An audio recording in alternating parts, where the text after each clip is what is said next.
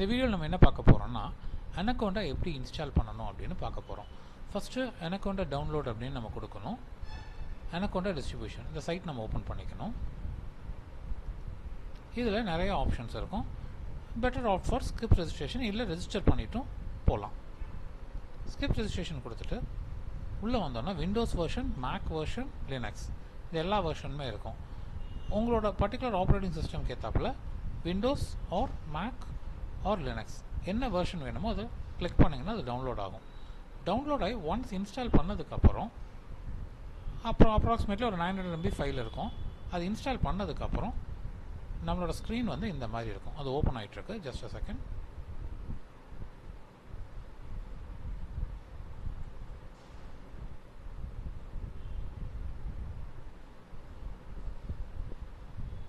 இந்த மாதிரி screen open ஆகும் இன்ஸ்டால் பண்ணி முடிச்சதுக்கப்புறம்.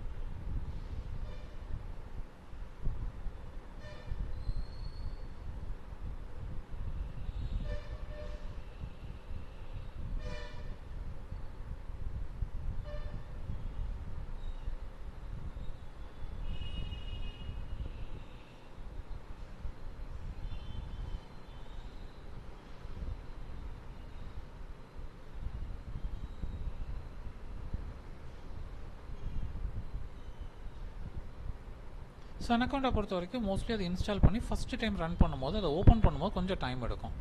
ஒரு 1 to 2 minutes வரைக்கும் எடுக்கும்.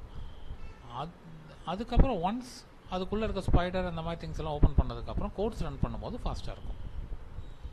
இதுதான் அனகோண்டாவோட நேவிகேட்டர். இதில் என்னென்ன இருக்குன்னா டேட்டா ஸ்பெல் இருக்கும். நீங்கள் வேணால் இன்ஸ்டால் பண்ணிக்கலாம்.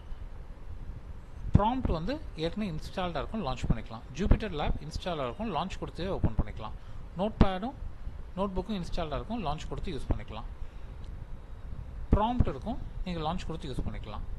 இந்த மாதிரி நிறைய திங்ஸ் இருக்கும். ரொம்ப முக்கியமான விஷயம் வந்துட்டு ஸ்பைடர் வந்துட்டு நிறைய விஷயங்களுக்கு யூஸ் பண்ணலாம். பைத்தன் கோடுக்கு ரொம்ப எஃபெக்டிவாக இருக்கும். ஓகேங்களா?